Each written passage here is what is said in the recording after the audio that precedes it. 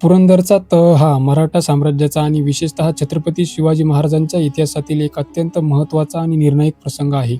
हा तह 11 जून 1665 रोजी झाला. तर झाले असे की मुघल सम्राट औरंगजेबाने शिवाजी महाराजांचा बंदोबस्त करण्यासाठी आपला अनुभवी सेनापती मिर्झा राजे जयसिंग याला प्रचंड फौजेसह दक्षिणेत पाठवले. जयसिंगाने चहूबाजूंनी मराठा स्वराज्यावर दबाव निर्माण केला आणि पुरंदरच्या किल्ल्याला वेढा घातला. गडाचे रक्षक मुरारबाजी देशपांडे यांनी अतुलनीय शौर्य गाजवले, पण त्यांना वीरमरण आले.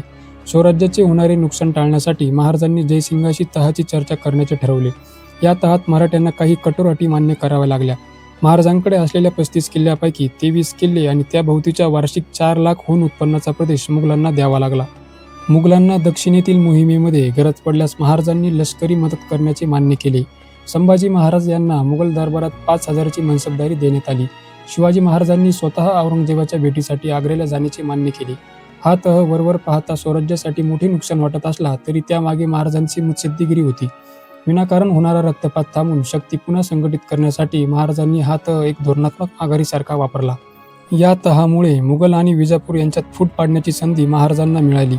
पुढे काही वर्षातच महाराजांनी हे गेलेले सर्व 23 किल्ले पुन्हा जिंकून घेतले आणि स्वराज्य अधिक भक्कम केले. पुरंदरचा तह हा पराभव नसून एक मोठ्या ध्येयासाठी घेतलेले 2 पावले मागे अशी स्थिती होती.